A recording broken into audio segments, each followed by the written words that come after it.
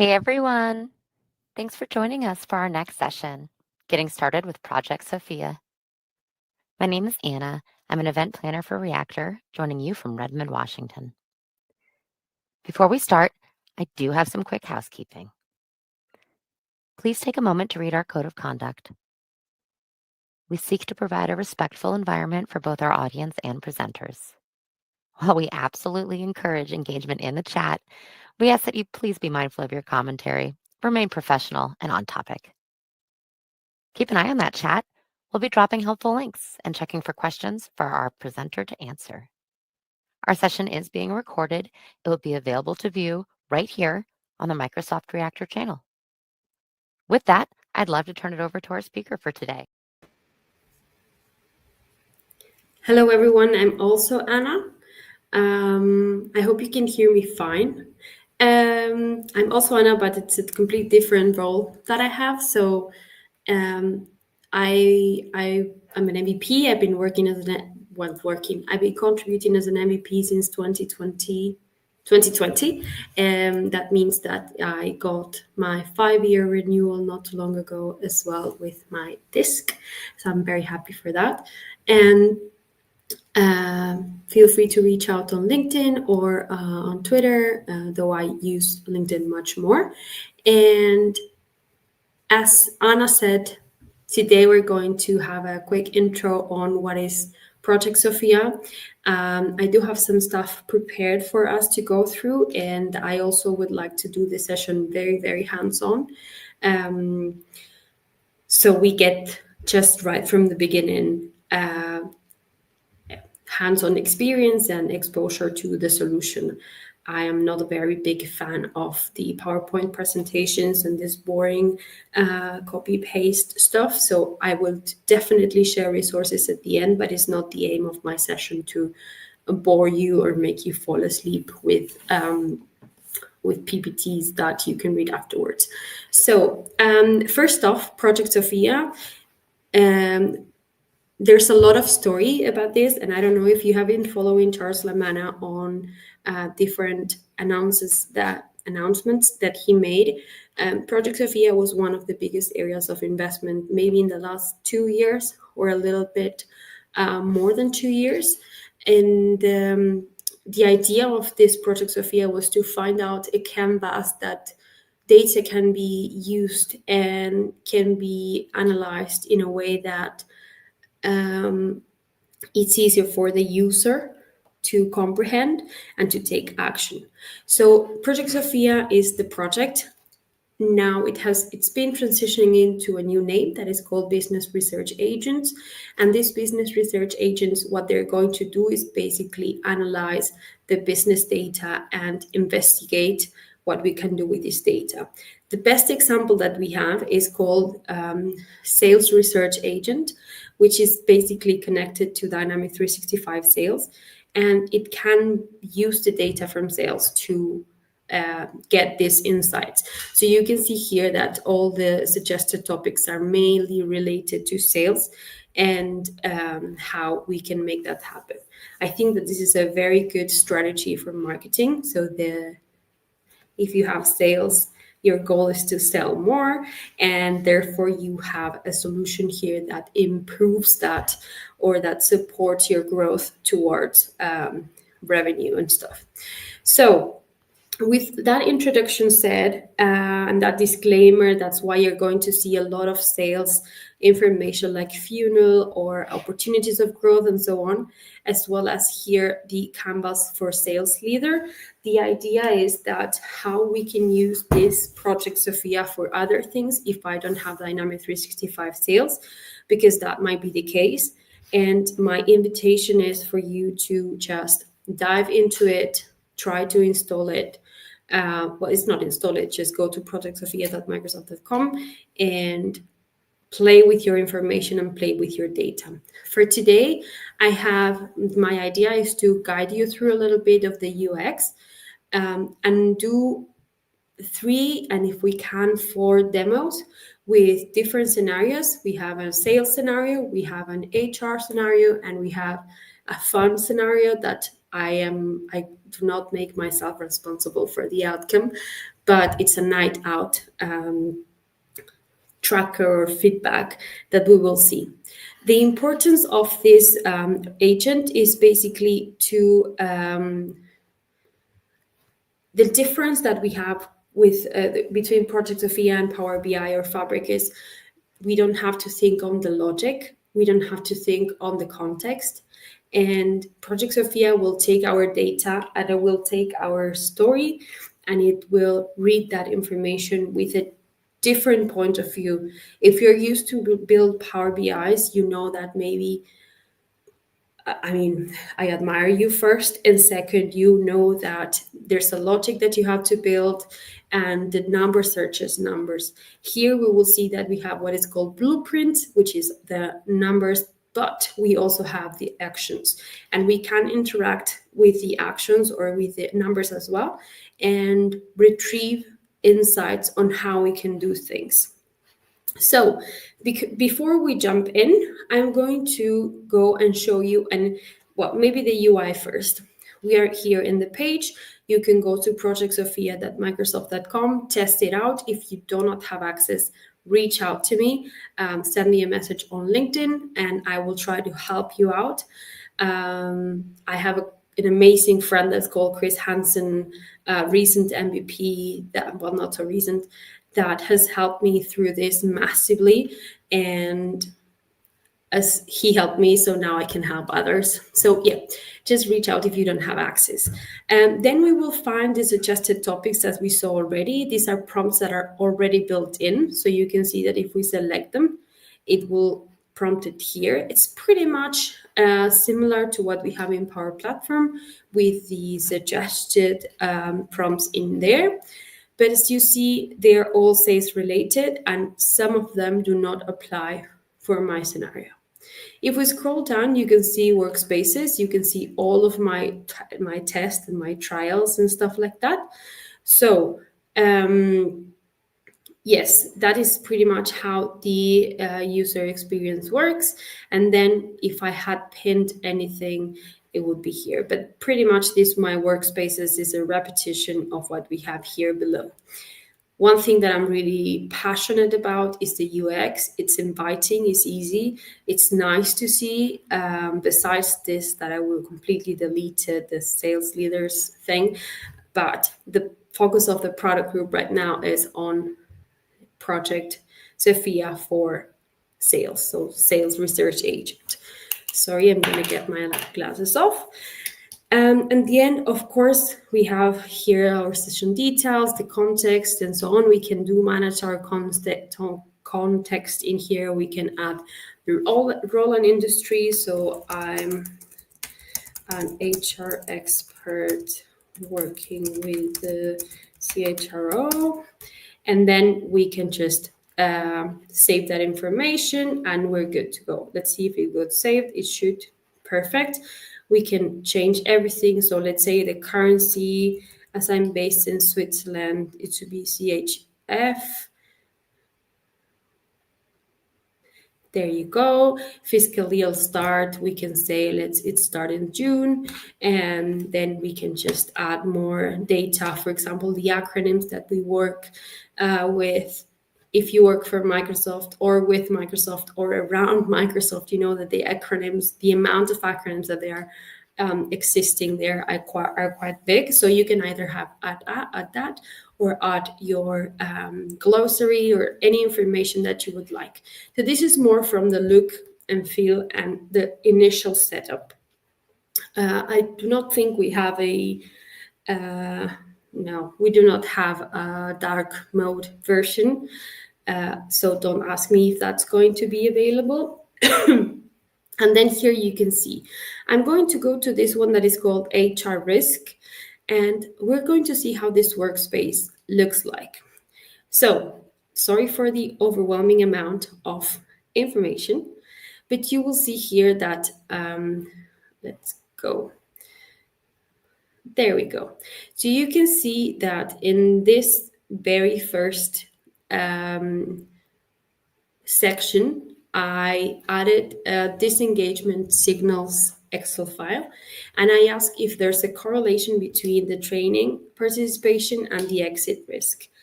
You can see here we have our different graphics. We have, for example, the participation and the average risk score, so there's a correlation or not, as well as the training participation versus count of employees, which here we can see more information. And in this side, we're going to have what is called a blueprint, or the more of the work that has been done. And if we select here show work, this is going to turn and it's going to show us the different agents. I do not want to go into detail right now because I'm going to go into detail with the demo.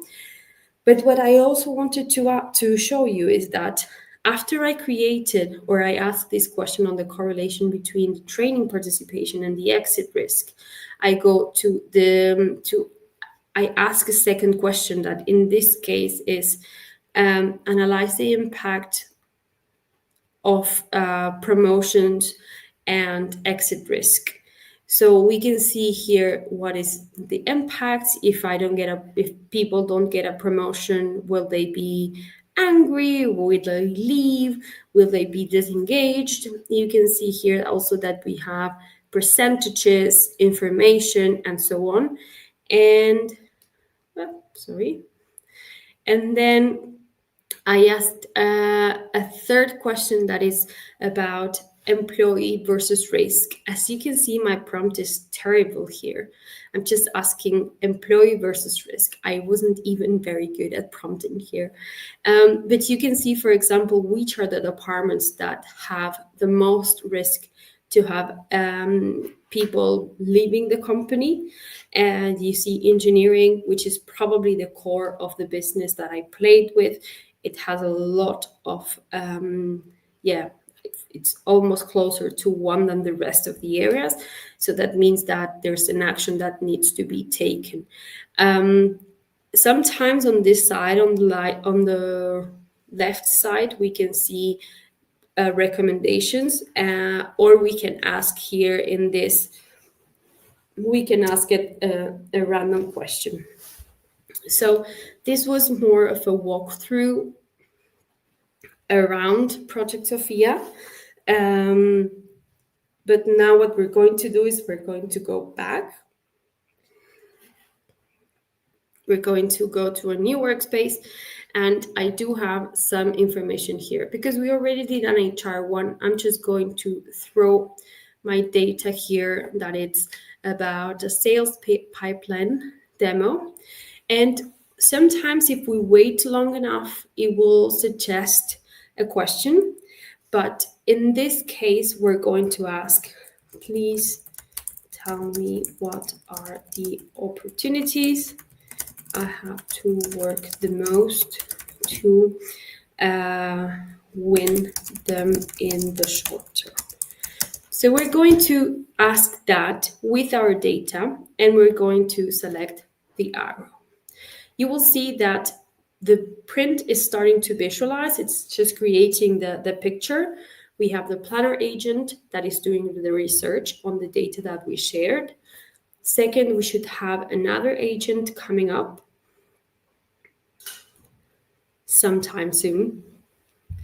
That it's like we have 4 stages of different agents. The first one is the planner. I don't remember the second one from memory, but we will have it in a minute. There you go, the data agent that is identifying the data that we have. The research that is sort of trying to add context to the data that we have. And then the user experience, which is one of the most important and sometimes overseen, that it's how we consume this data. How are we going to see it here in this blueprint that we're going to have? I must admit, I really like the name blueprint because it shows it's actually a blueprint, like a house blueprint. So I don't know, it just seems fancy. Good. We have here, let's just close this a little bit and let's go further back. You can see that all the information has been analyzed, and here we have the different like the highlights of what we shared. If I go to the show work, I can see the different steps that this blueprint went through, and we can see that in the planner agent is retrieving from my prompt the biggest or the most important things that I would like to see. Then from the data agent is just reading the table and trying to see what are, for example, retrieving the table, that is the only one that I shared that is called sales, but then it's also like checking the ones that are active and the ones that are about to be closed in the short term or likely to be closed. Here we can see the short-term opportunities. So it's going to do the research and combine the data to like cross that data. And finally, the user experience. We have here, for example, the bubble chart, then the sales pipeline, and so on. So let's go back to front because it's much nicer.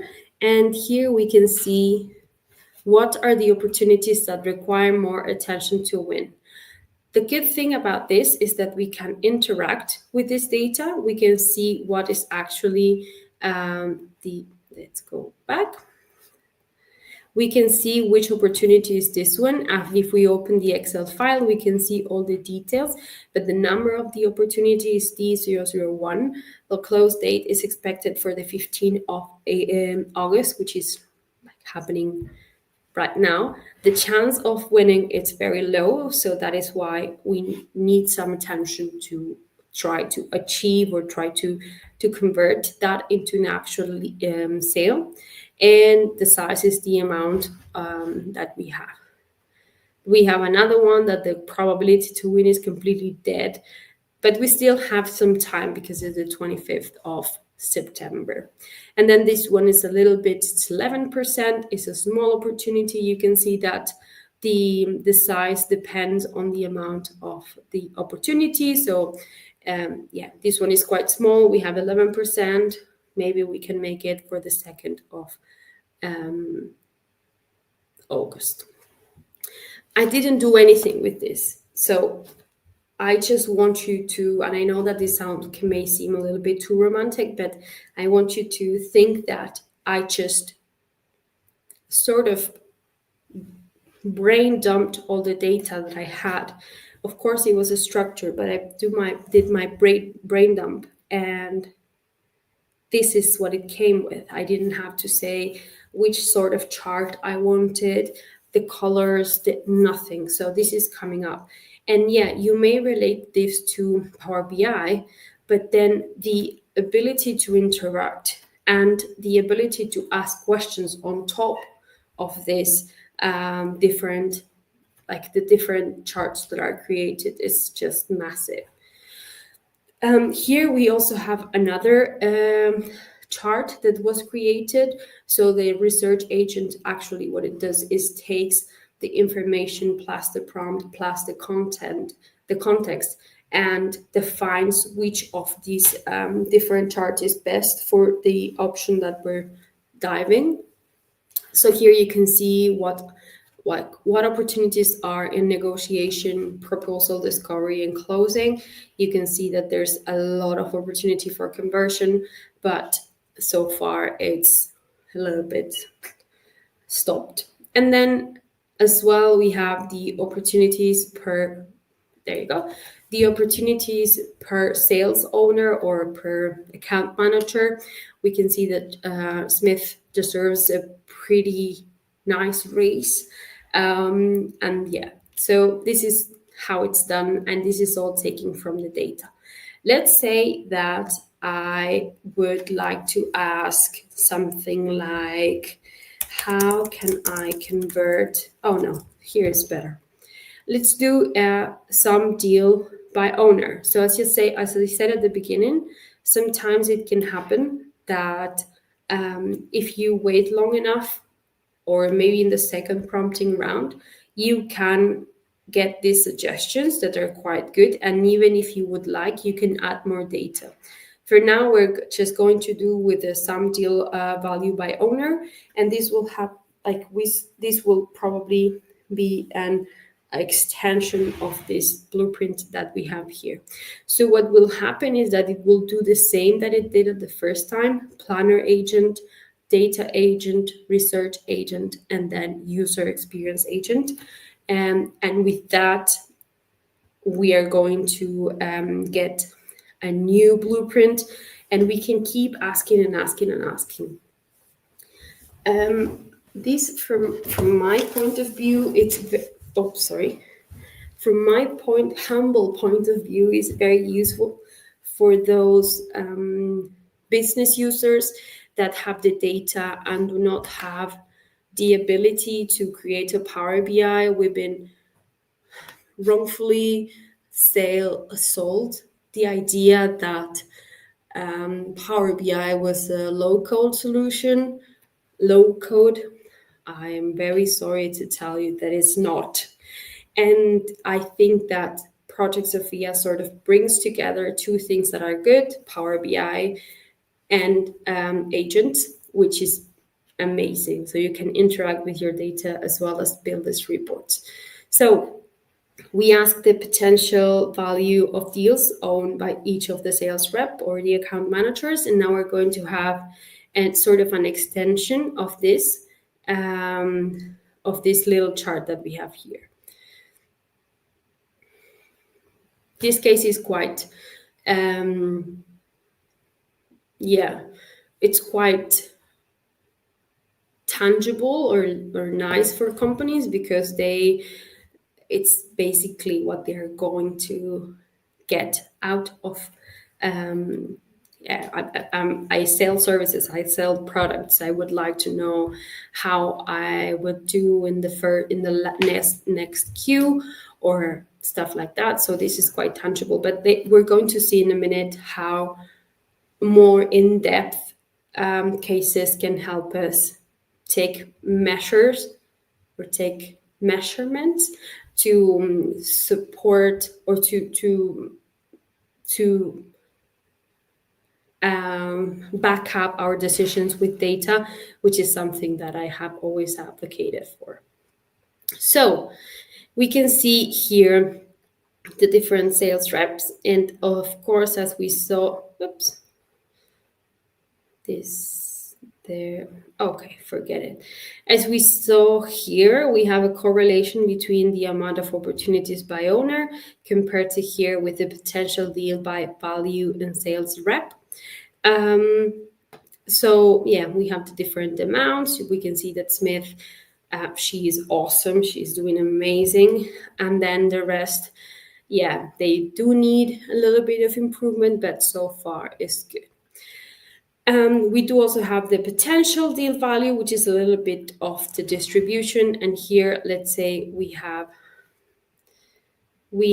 also, let's open it, the deal size, which means for example, Smith has she doesn't have the top. I think it's not the top. So this is 128, 100. Well, she does have sort of the most, but it could be that it has the most and is the lower sizes. But anyway, we can see the distribution. So honestly, I think that Smith is doing amazing because he's selling quite a good quantity and also a good amount compared to others that have just very little. So let's do a final question. Let's do a final question, and it's about the regions. Here you can see that it's generating the suggestions. Let's go group deals by region. And this, it will take a minute or two. It's going to go through all the agents, and we are going to get that result. In the meantime, what I'm going to do is I'm going to name this workspace again. I'm going to call Sales Research Custom, because it's not including,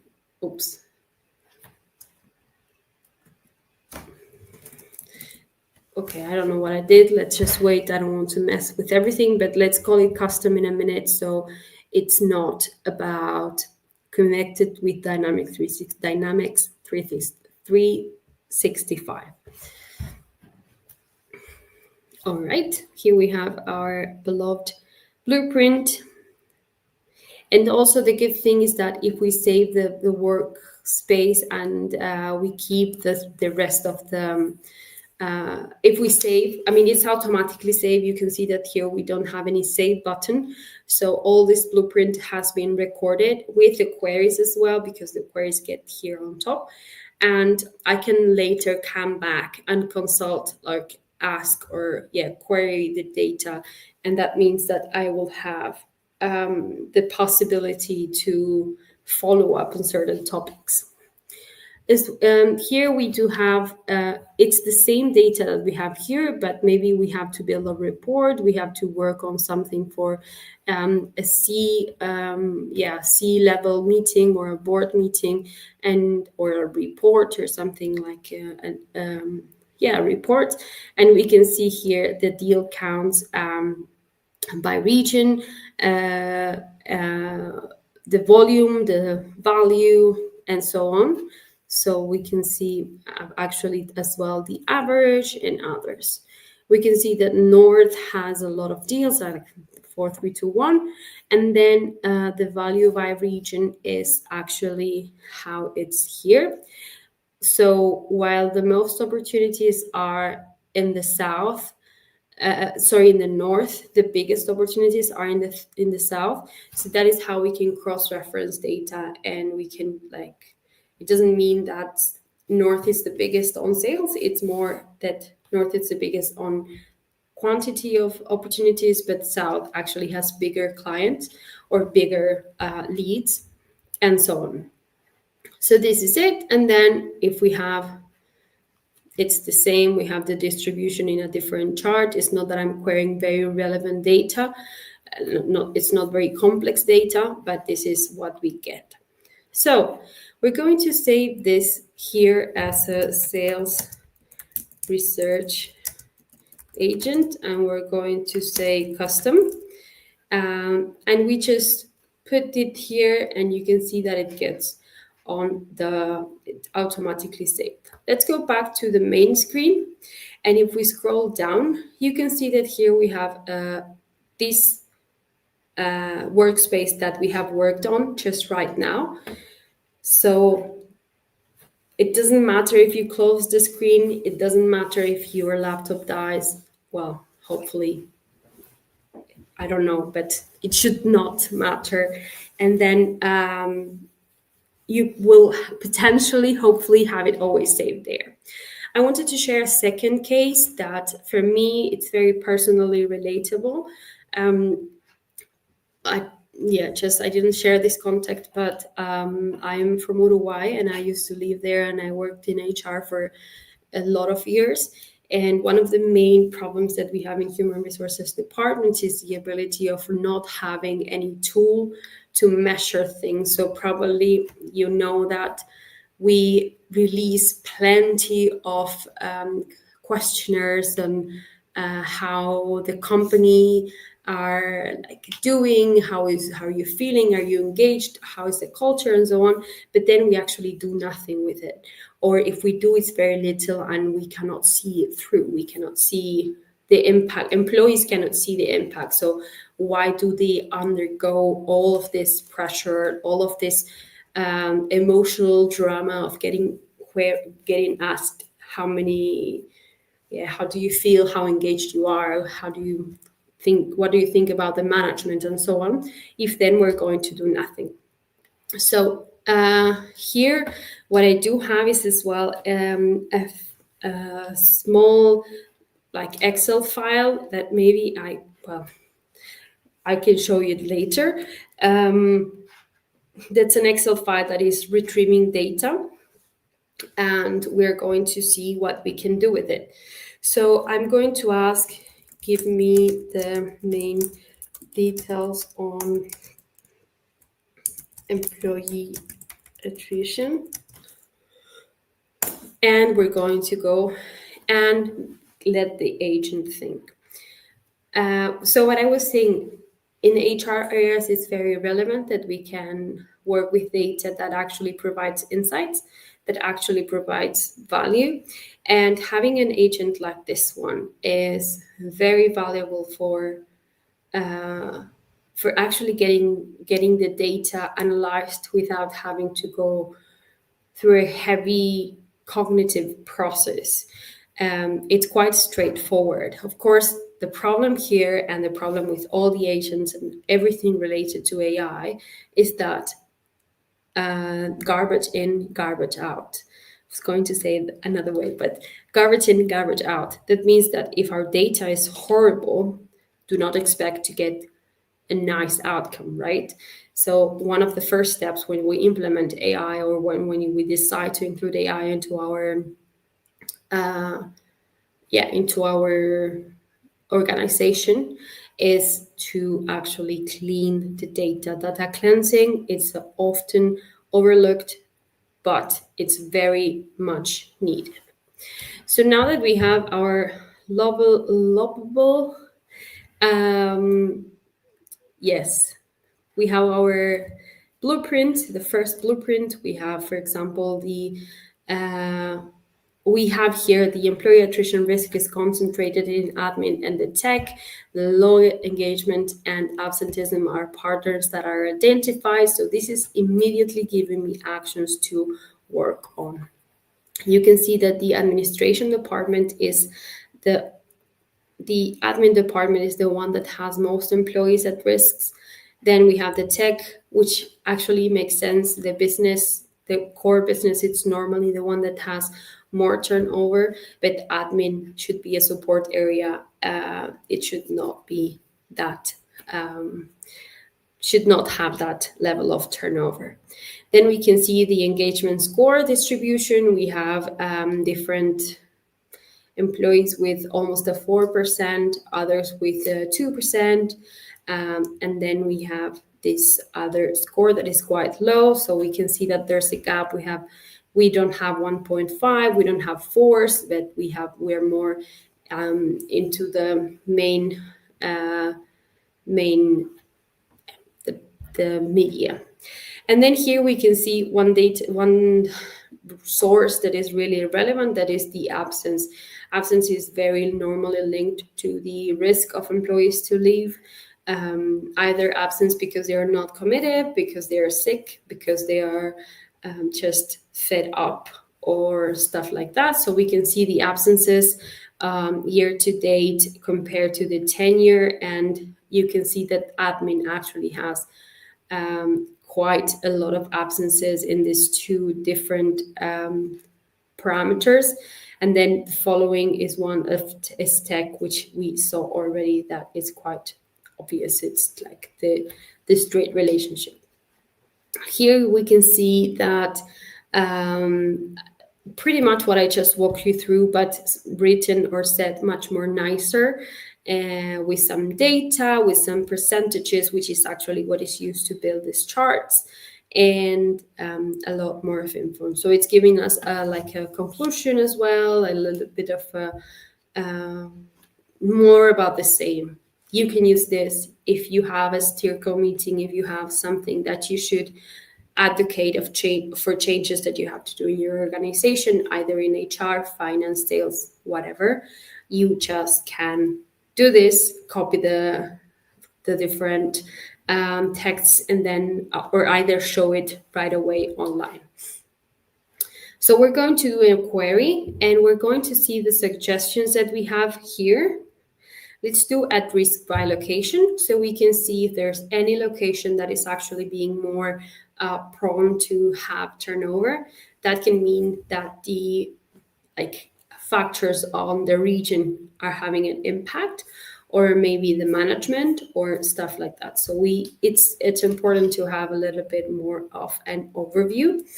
And don't worry if I'm going too fast, because sometimes that happens. I've been told I speak a little bit too fast. We're going to share with you a lot of resources. Anna is going to do a fantastic job. The two Annas I'm going to put them in the chat as well, so you will have some resources to go through this, and as well as this session is recorded, so you will have all the information in your hand. And of course, I'm always available for questions or interactions that you may require or need. Just bear with me if it takes me a little bit. And yes. Okay, so here we have this is thinking. We have the blueprint, the new blueprint, and we can see some distribution. We have that these people inside site A have more risk. We also see that the amount of employees that we're dealing with is not a lot. So we have just 9 employees. So it's not like we can make big decisions based on this data, but yeah, it says it says a little bit about the company that site A has the at-risk employees more than site 1. Sorry, than remote, which if you have worked remotely, you understand, or not, I don't know.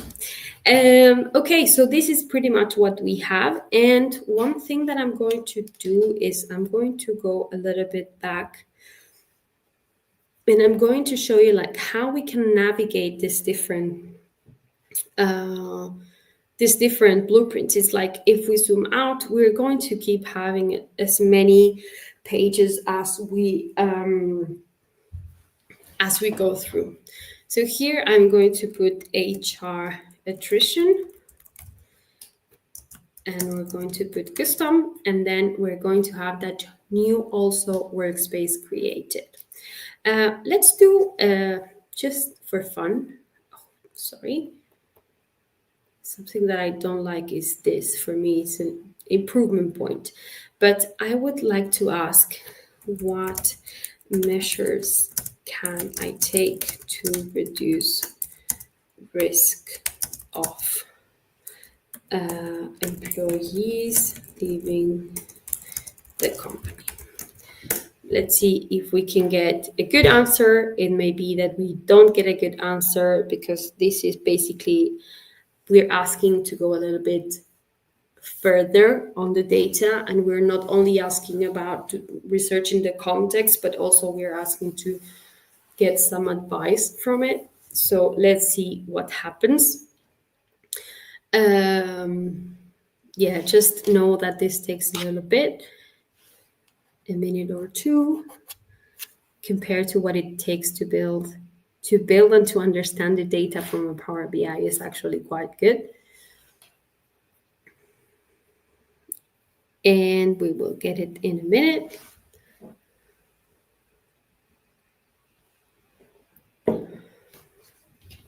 One of the main errors that we have when users are able, or at least the one that I had, when users would like to test this, is the availability on the region. You shouldn't have any problem now if you're based in Europe or in the US. Europe, including UK, like European countries, I mean, and yeah, so just if you have the problem, let me know, because this is what Chris actually helped me with. All right, so we have here the different risk factors. We have the distribution of the engagement scores, the managers with the employees at risk. This is a very relevant topic. This is a very relevant data that we can see that yellow, Mr. Yellow, is actually it's like burning people out. So here we can see what are the retention strategies that could be taken. Field and support have the lowest engagement score, so maybe we can do something. Absenteeism is a warning sign, as I said earlier, which tech and admin to be like that. We have the score distribution, we have the influence of the manager. So here we have at least how much? We have 1, 2, 3 different things that we have to observe to see if we can improve those risks. Those, yeah, those risks. And then here we can see the targeted retention measures, which is actually what I asked. So the interventions, the monitoring and the support. Are you on burnout? What's going on? How can we help?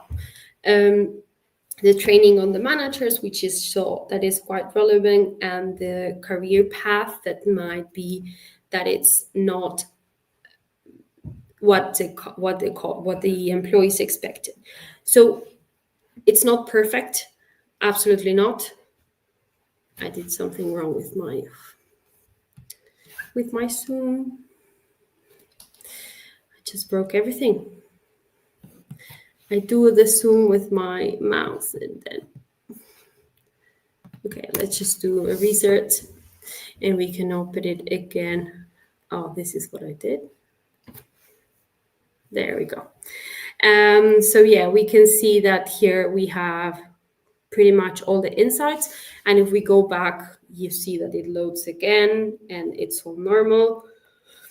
And again, we can dive into different pages and ask questions about specific charts or specific analysis itself.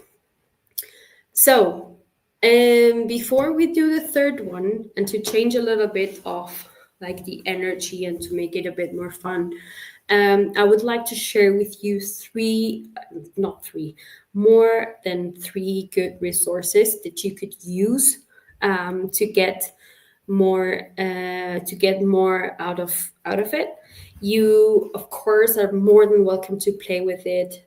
The product team that is behind this is just incredible. They are super, super nice, and they are very welcome to any feedback. So if you would like, you can send me that feedback to myself, and I can gather it and share it with the product. So yeah, any feedback, any comments that you have, it's more than welcome. Let's just think that this was a project and is slowly transforming into a product, and the potential that it has to be embedded into Dynamics or into Power Platform is just massive. So let's help them to make a nice product as a good community that we are. Two, after playing with it or before, I don't know, you choose the order. We can go to here. It's either you Google Project Sophia overview and you will get all the information with all the different things that we went through with the context and so on. And then you can see that it has, of course, all the disclaimers, because this is how we call it, preview feature and stuff like that. And then you will see that everything I went through, and this was part of what I was telling you, you have the navigation, the onboarding screen, you have everything there. Well, the onboarding screen changed a little bit, but you have all the information there on what does it mean, what is the blueprint, what is the data, how we can add the context, etc., etc., etc. So this one here actually has all of the information that you need to just get started. So if you're wondering where to go or what to do, this is the place. I have opened this twice. Here it's more on the sales side of the page. This is the landing page for the product. If you go here, Project Sophia, you put try it now, it will open what we're playing with. There's a lot of stuff here, like a demo video. I'm just going to close it because you have seen it right now, and also looks a little bit different. We do have an announcement that was made. Well, the announcement that was made at Microsoft Ignite. So, it's not working. But yeah, and then we have the announcement blog that this is a little bit old. I think it's a year. I don't remember the date. It doesn't matter, but you can see here a little bit, November 2023. So it's old-ish, but still the basics are there, and what it means, it's also there. And at the end, you have some other resources that can be combined. I really like the work that they did with the rebranding. So this is a little bit more on the landing page and stuff that you can find. What is this? Oh, this is Copilot Learning Hub, that if you don't know is something that Donna has been working on. She's amazing. If you don't know her, just go and follow her. She's a little bit all over the place with the content, but I would say that she is advocating pretty much with everything that has to do with AI, where it makes sense, where it's not humanized, or humanized as in AI being person-like. And she had an amazing session with Per on what actually is the Project Sophia and how we can use it for decision making. So it's like a little bit like what we just did, but in a nutshell. So less boring. And then we have, very humbly, I share 2 resources that are quite easy. This is my own blog. It's anainesorrutia.com. And here what you could do is, it's called 7 Research Agents Powered by Project Sophia. And you can see I have a lot of information, which is very funny. Business research agents. It's also AKA bra. At this moment, I don't find any other name to put it. I created 7 different use cases, and you can see them: the sales forecasting, the project portfolio, and then each of these cases have the Excel file, like how would the data work, and then what is actually the outcomes that we get. So yeah, the screenshots, if you don't select them, they look bad, but I promise that it's good quality. And then the other resource that I have is more into it's more an initial, it's more like an initial, maybe you should start with this one first and then with the other.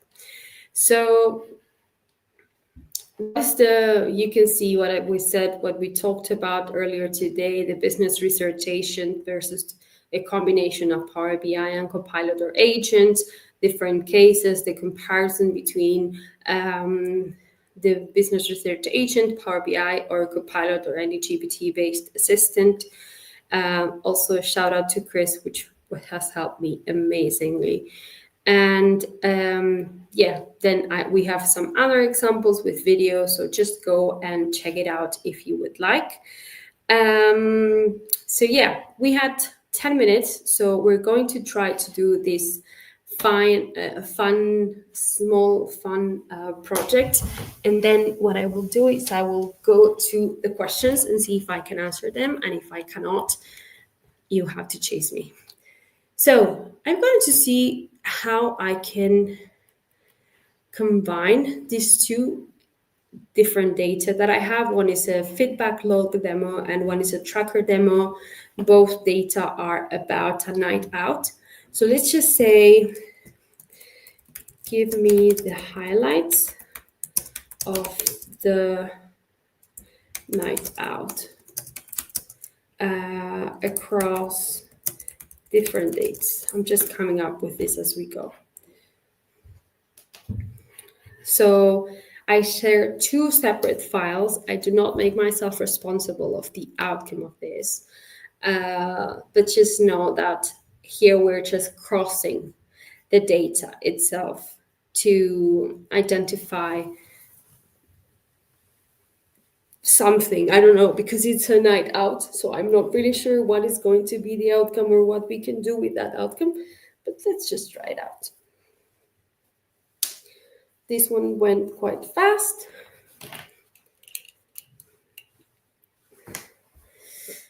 And let's see.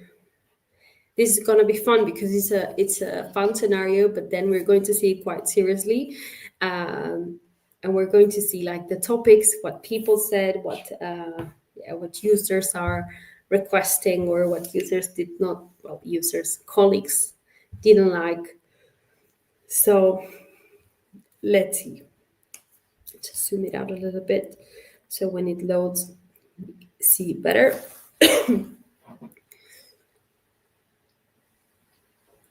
There you go. So we have the different ratings on the outcomes by night out.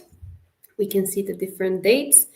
And then we have, for example, that there was a day that was legendary, average. We have another legendary. This one is great. Someone lost their wallet. 3 people lost their wallet. People, this 2, they think is average. So you can tell that the Velvet Room and Club Nebula are actually some of the most liked, or at least most voted. And then also Club Nebula is where 3 people like lost their phones. You can see the budget, but by night as well.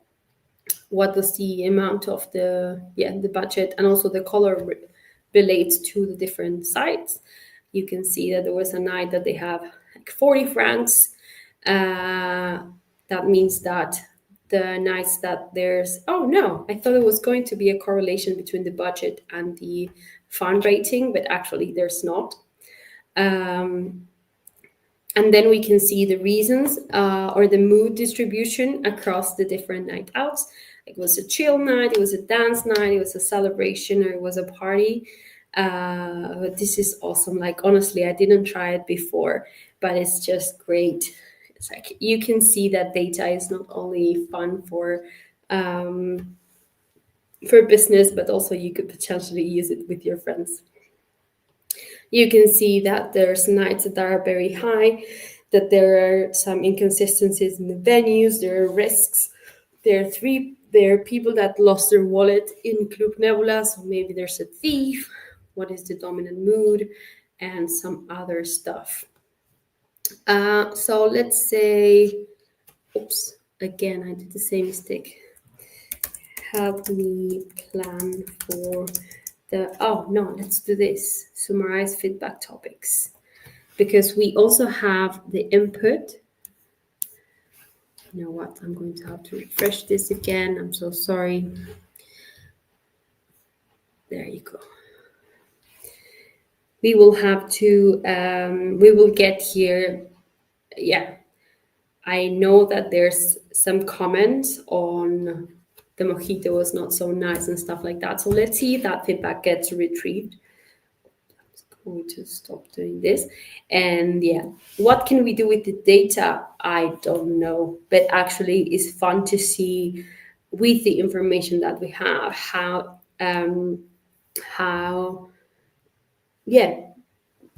maybe it's more relatable to talk about drinks or clubs than just sales and opportunities. At least it's a little bit more fun, and it adds that little sort of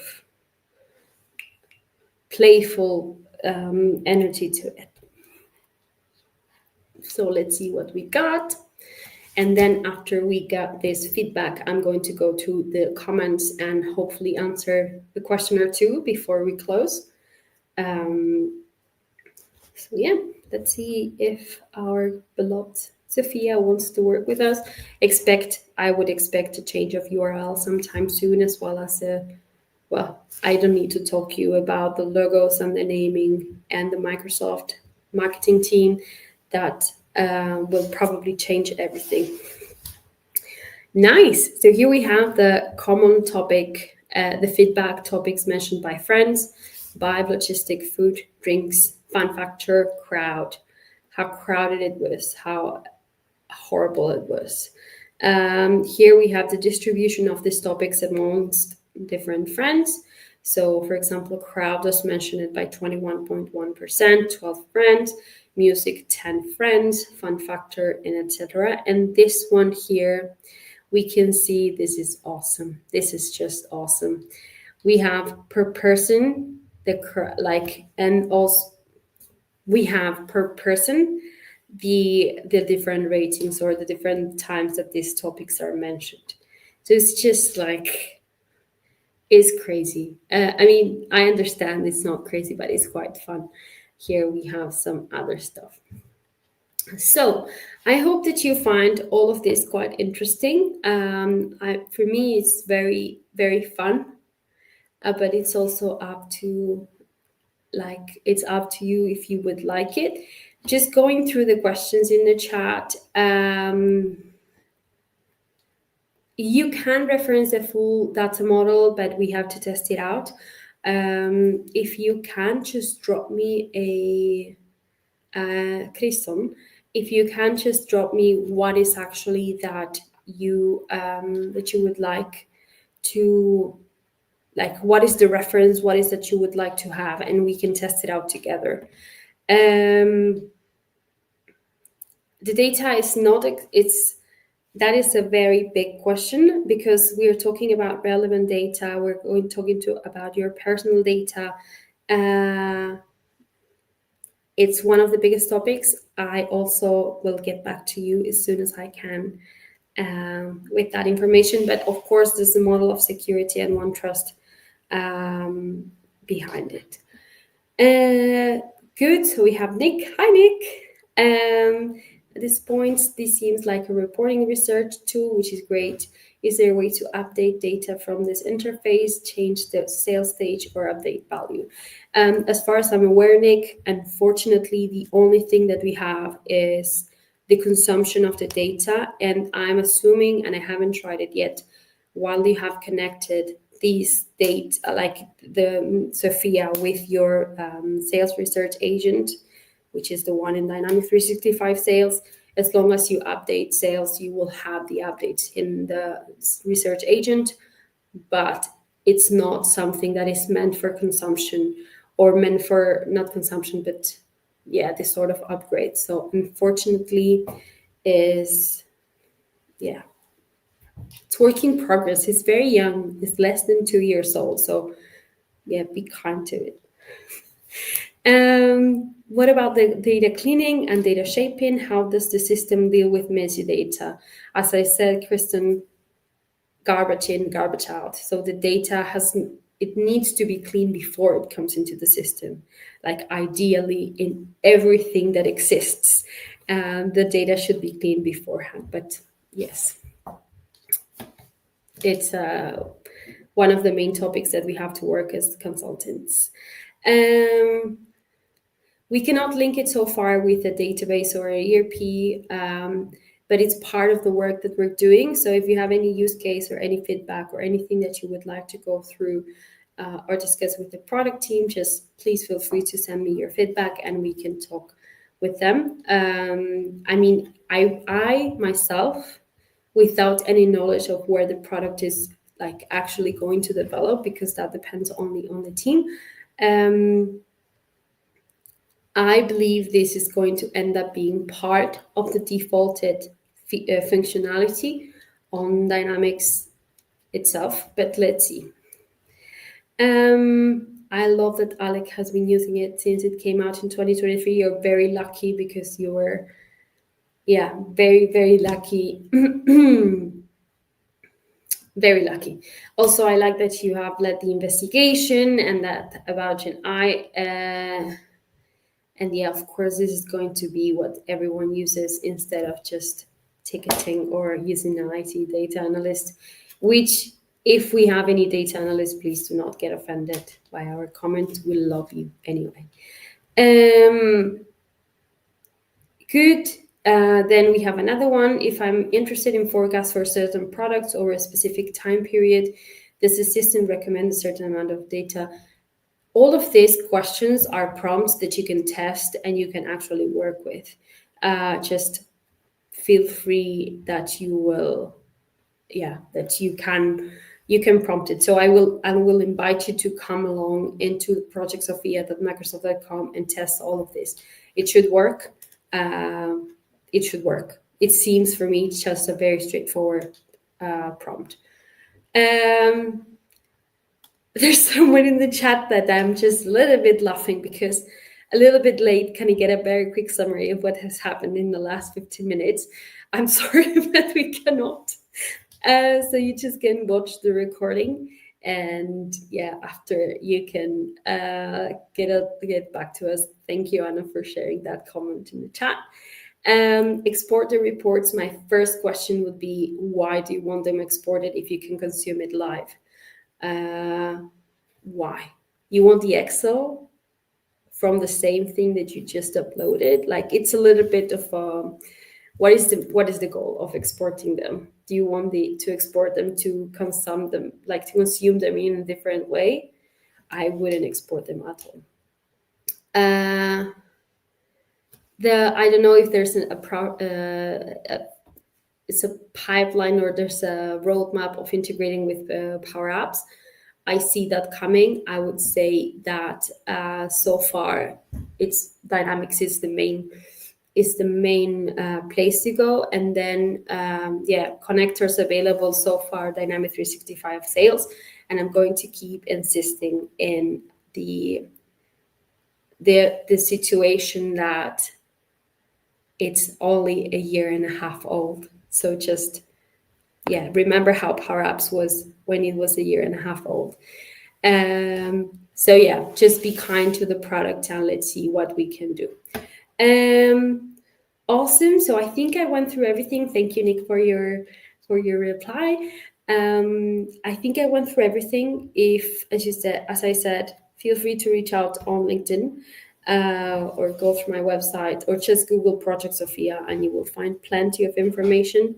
I really like to be here and I appreciate everyone interacting and not interacting. So Anna, I don't know if you want to say something else, and if not, we can close it.